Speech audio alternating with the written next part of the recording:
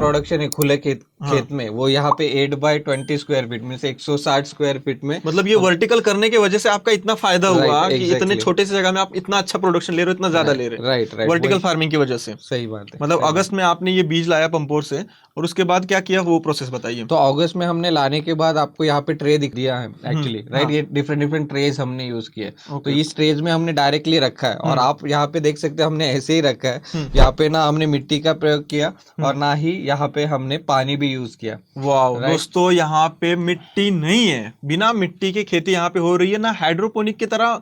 यहाँ पे कोकोपिट भी नहीं है, देख सकते हैं आपके सामने यहाँ पे रखा है। और इसमें जो हार्वेस्ट किया है केसर, राइट, केसर हार्वेस्ट करने के बाद ये रखा है। और ये कितने साल अभी देगा हार्वेस्टिंग? ये इसका जो बीज है ये 7 से 8 साल तक ये 7 साल बाद में हार्वेस्टिंग देता रहेगा, देता रहेगा, कंटिन्यू। कंटिन्यू। अच्छा, यहाँ पे मिट्टी की जरूरत नहीं है, यहाँ पे नहीं है, पानी की नहीं है, पानी का भी जरूरत पानी का नहीं। सिस्टम ही नहीं है। नहीं, यहाँ तो पे ये ग्रो पानी कैसे का करेगा? राइट, क्योंकि केसर का जो बीज है ये 2 तरीके से ग्रो होता है। हाँ। पहला जो होता है उसका फ्लावरिंग स्टेज रहता है, राइट। राइट। और जब फ्लावरिंग स्टेज में इसके अंदर ऑलरेडी एनर्जी रहता है, वो एनर्जी को बाहर निकालने के लिए हम प्रॉपर एनवायरनमेंट का सहारा लेते हैं, जैसे कि टेम्परेचर और ह्यूमिडिटी। अच्छा। राइट, और प्रॉपर एनवायरनमेंट पैरामीटर हम मैनेज करते हैं, जिसके कारण ये प्रॉपर यहाँ पे फ्लावरिंग दे देता है। मतलब अगस्त में आपने लगाया तो हार्वेस्टिंग कब होगा? फ्लावर में से केसर कब निकलेगा? ये अगस्त में लगाने के बाद सितंबर और अक्टूबर में, एक्चुअली सितंबर में थोड़ा सा और ज्यादा ग्रो हो जाएगा। आपने यहाँ पे अगर देखोगे तो यहाँ पे डिफरेंट डिफरेंट कॉम है, छोटे हैं, बड़े हैं, छोटे हैं, बड़े हैं, वो साइज वाइज रहते हैं।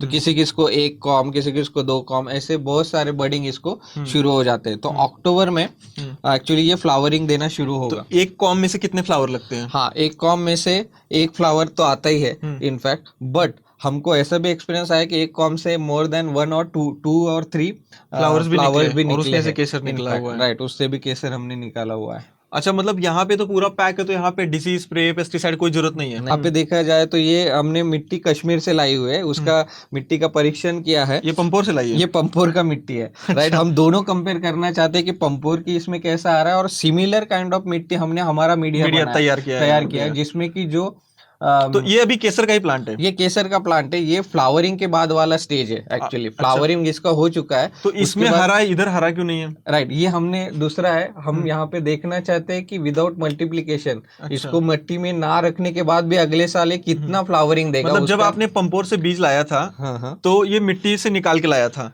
और ये बिना मिट्टी के यहाँ पे उसमें से फ्लावर ले लिया आपने, और ये कुछ मिट्टी में रखे क्योंकि इसका मल्टीप्लिकेशन यानी कि इसके बीज बढ़ा रहे हैं। राइट, इसका बीज बढ़ा है। ये जो है ये आपको दिखाई देगा, यहाँ पे बीज का रिप्रोडक्शन होना शुरू किया है। मींस ये जो एक बीज है ये दूसरा बीज प्रोड्यूस करेगा। ऐसा एक जो है ये 4 बीज प्रोड्यूस करेगा। तो हर बार हमको बीज खरीदने की जरूरत नहीं पड़ती। मतलब ये बीज आप खुद ही बनाने की कोशिश कर रहे हैं। अगर सक्सेसफुल हो गए तो कश्मीर से बीज लाने की जरूरत नहीं पड़ेगी, आप खुद ही बीज यहाँ पे बनाएंगे। राइट। तो इसको ये बताइए कि मुझे ऑक्सीजन कैसे प्रोवाइड कर रहे हैं, या कार्बन डाइऑक्साइड की जरूरत लगती है, तो वो कैसे पेड़ों करें? को